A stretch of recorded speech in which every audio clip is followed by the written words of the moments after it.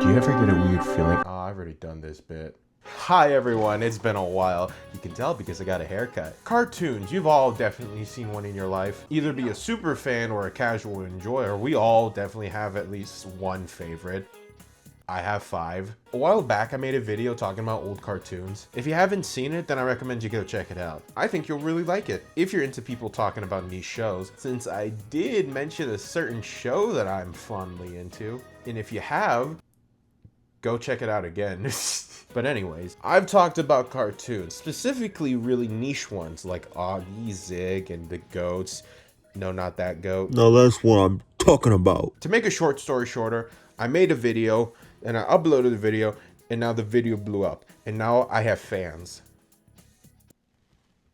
Fans. Jokes aside, I am really grateful for all of your support, and from the bottom of my heart, thank you. And like all the other YouTubers, I'm gonna do the tried and true method of, oh, it worked the first time, then fuck it, let's do it again. So here it is, old cartoons that you probably remember or just don't know.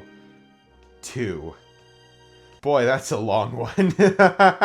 So today, I'm gonna be talking about 8 shows. Unlike last time, I haven't really grown up watching some of these, so I'm sorry if I just skipped over any like major events that happened in the show. It's just because I didn't see it. Another thing, special shout outs to all the homies for recommending me some of these. I love you all, but at the same time, fuck you guys. But enough of me yapping, let's get into the video. It's a beautiful day in the neighborhood, a beautiful day for a neighbor. Would you be? We're starting off with a good one. Released back in 2012, Daniel Tiger's Neighborhood is an animated musical show about a talking tiger named Daniel, going on fun adventures with his friends and us, the audience. Each episode followed a basic format of us, the audience, hanging out with Daniel and his friends or his family, with it always having somewhat of a lesson at the end of it, also containing at least 2 songs. Did I forget to mention that this was a musical? Okay, I never really grew up with Daniel the Tiger as a kid. I remember like watching at least like 1 or 2 episodes at most and just not really paying attention to them. Okay, I didn't know jack shit about Daniel. So going into this, all I got beforehand was 1, the couple of episodes I watched when I was a kid back then, and 2, how much everyone fucking hated this kid. So a while back, I uploaded a video about me talking about old cartoons, but after that, I decided to post like a little link to it on Instagram, so you know, people from my Insta can see it on my YouTube. Also, I do have an Insta, please follow me on that as well. And a couple of my friends saw the link and decided to click on it, and they saw the video. Oh no.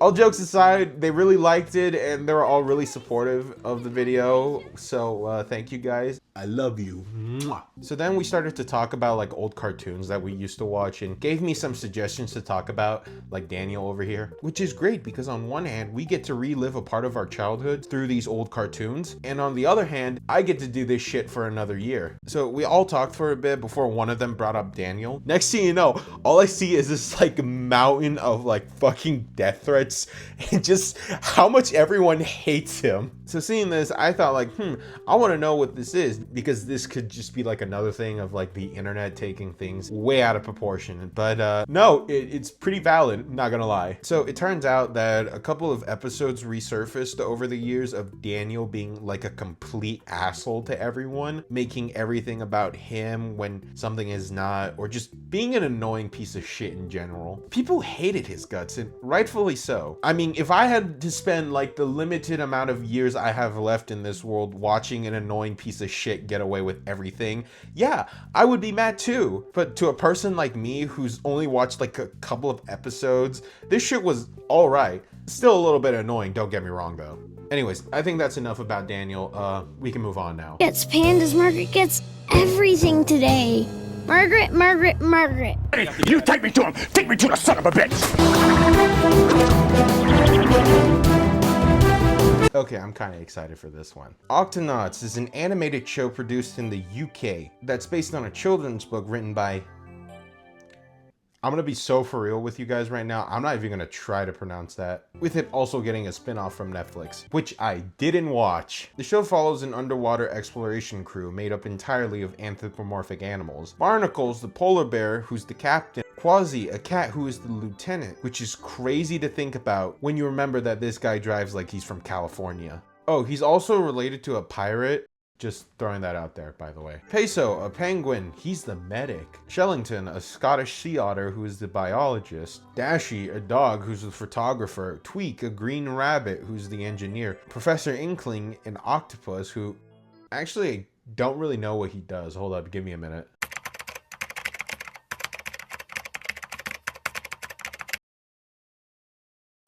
Wait, what is that?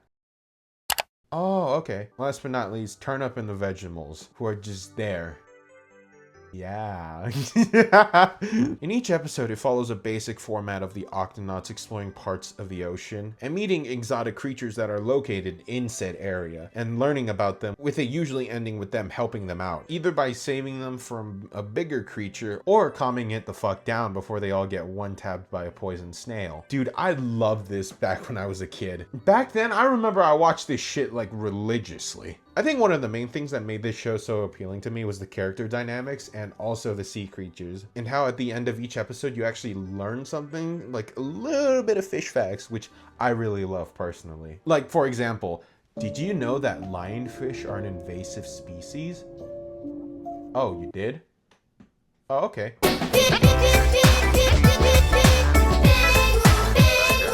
Oh yeah, baby, this is gonna be a fun one. I can't wait for this to piss someone off. You know who you are. No, not you. Yeah, you. Pingu is a claymation show about a penguin being a complete menace to everyone in the South Pole. That is not a bit. I'm being so for real here. I think one of the main things that kind of drew me in as a kid was that no one in the show speaks like a single bit of comprehensible dialogue, but instead they speak entirely in what I'm presuming is penguin noises, or as Wikipedia likes to call it, penguinese. I'm so glad I said that out loud. Since we're on the topic of Pingu, we have to talk about that dream episode where that one time the animators decided to scare a bunch of kids by showing this terrifying thing. And yeah, you bet this shit scared me as a kid. But yeah, I think we're done with Pingu, so I guess we can just move on now. I'm really sorry if it feels like I'm just like speeding through these. It's just like, there's really not much to talk about here. Besides giving like a brief shitty explanation of the premise and my 2 cents of it, there's really not much to say. I mean, Pingu does have a spin-off, but last time they had like fucking movies. Plural. So I guess what I'm trying to say is that we can move on now. Other than a spin-off that's just Pingu but prettier, there really isn't much to say. Bye.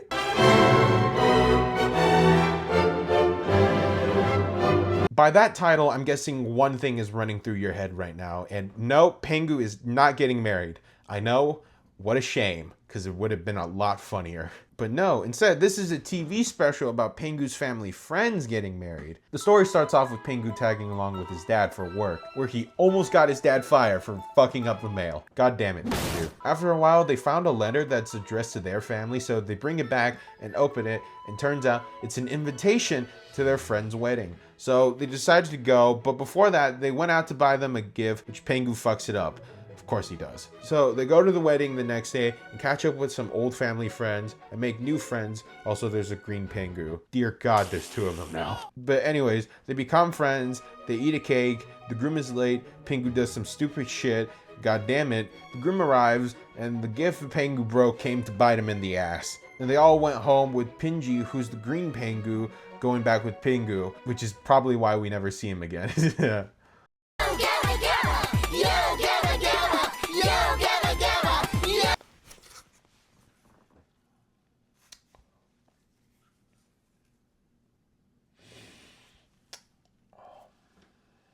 Yo Gabba Gabba is an American children's musical show. It follows DJ Lance bringing to life 5 toys in the white endless void. Muno, Fufa, Broby, Tootie, and Plex, who all sing and dance and play while learning new things every day. And yeah, that's pretty much it.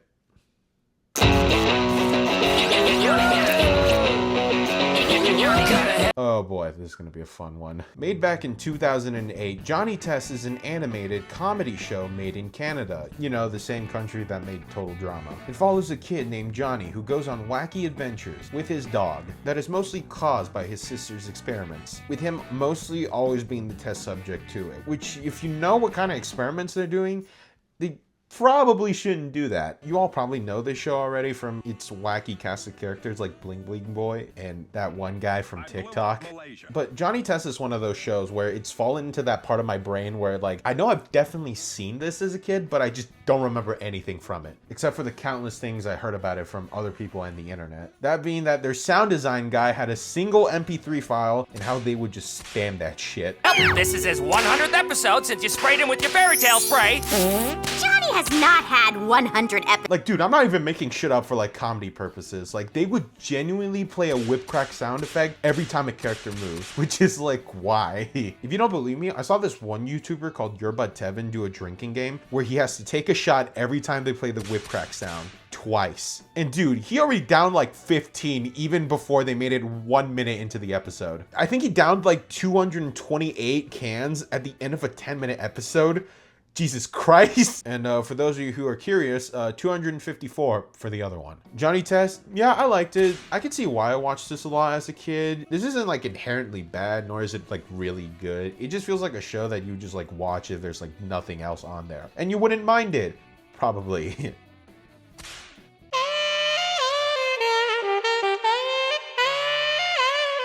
Well, it's that time again where I get to talk about old Chinese cartoons that I used to watch as a kid. For those of you who are like new to this channel, last time I did a segment about me talking about old Chinese cartoons that you've all definitely never seen before. Last time I did this, a lot of you seemed to like it, so much to the point where we reached our goal for the Fuzz and Goat video.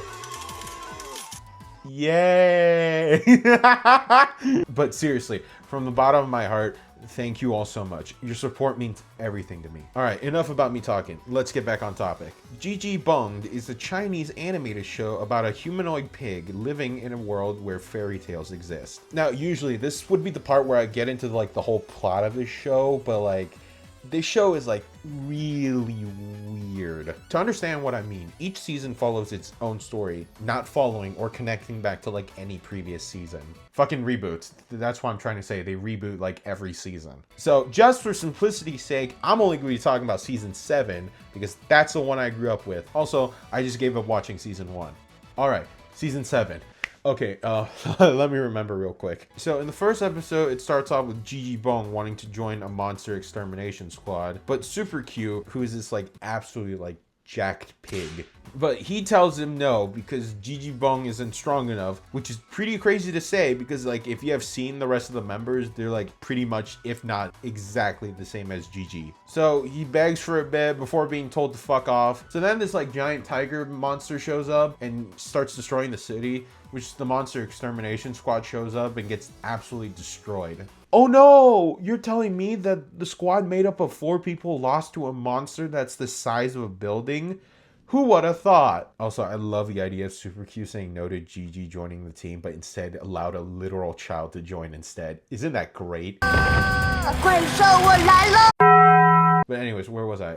So the monster wins and start destroying the city. So then this professor character shows up, who's also in the monster extermination squad. He shows off his watch and he gets absolutely bitch slapped by the tiger. Then Gigi finds the watch, then he shows it off, which trapped that monster, and now he can turn into monsters.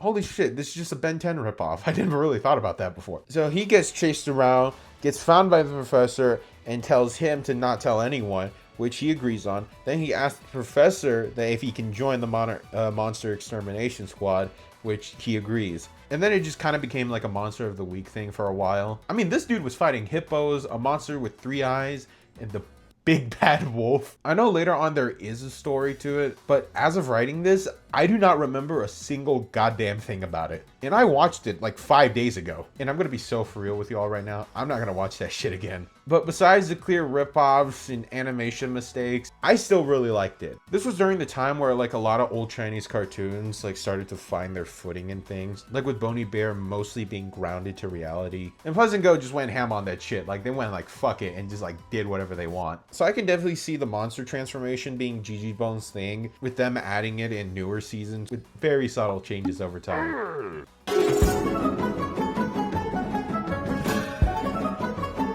Okay, how I'm gonna talk about this one. Made back in 2009, Fruity Robo is a 3D animated show and it's really insane. The show takes place in a world mostly inhabited by fruits. There are no humans, but they are mentioned in there. But it's mainly about a bunch of fruits fighting other fruits with mechs.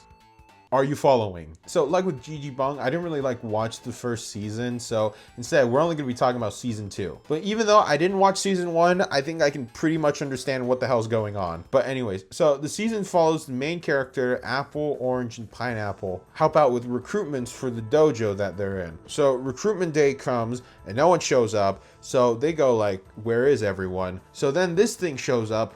I don't know what fruit this is, so I'm just going to call it Bobby. So Bobby arrives, tells them that the villains from the last season made their own dojo, and everyone wants to go to their dojo. So they fucked off to that dojo where some of the students start shit talking about their dojo. So they get into a fight and they got beat up. So then the 4 villains from season 1 came out and tells them to stop fighting. And they all get along for a bit. So then Sensei Coconut and his sister went to visit Lord Dragonfruit, who's the main bad guy from the first season. Also, he's drip the fuck out, just saying. And yes, this does mean everyone in Fruity Robo is straight up naked. But don't worry, they fix that later on. So they go to visit Lord Dragonfruit, and they start seeing him sending people up into the sky, and they ask him, hey, why are you doing it? In which he tells them that he's sending them to heaven. And then they told him that it's actually not heaven, but the human world. And then he replies back to them that he knows.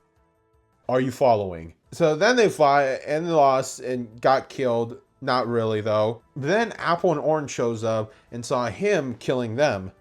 Lord Dragonfruit, not Coconut. So then they fought Lord Dragonfruit and lost because these guys fucking suck. Then the other shows up and Lord Dragonfruit went yeah, nah, they killed your masters, and which everyone believes. So then Lord Dragonfruit shoots them with this big blaster, which made everyone believe that they're dead. Hey, so turns out I was wrong. It was Master Coconut who killed them. You're not really. It doesn't really change anything. I'm gonna be so for real.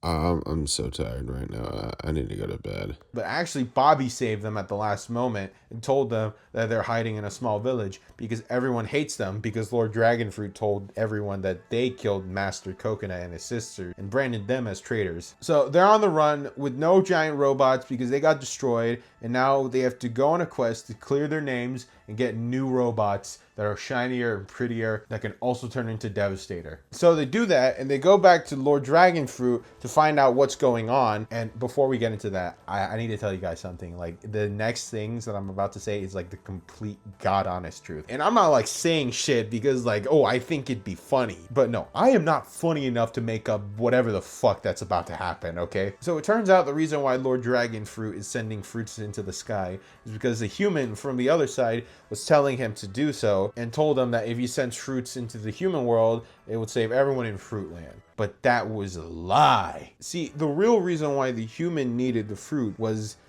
you're not gonna fucking believe it, was because he was selling them to Fruit Ninja.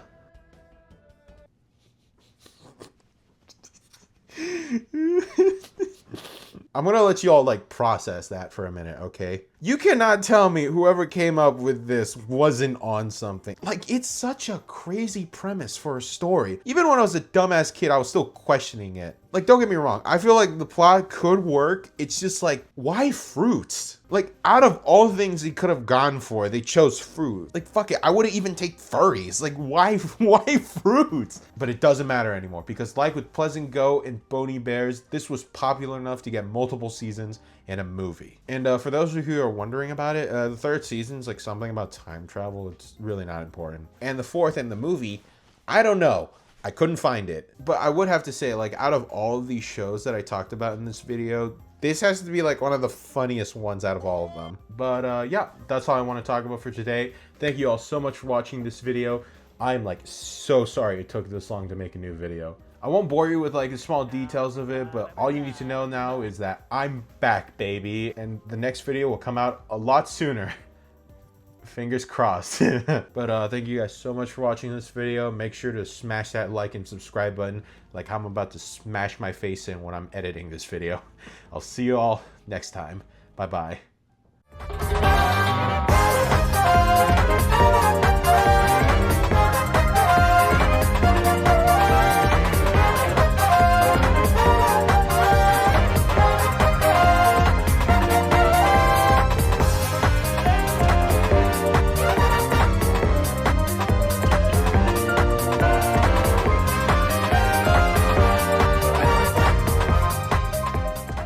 until Sensei Coconut and his sister went to visit Lord Fucking hell, this shit's insane. What am I talking about right now?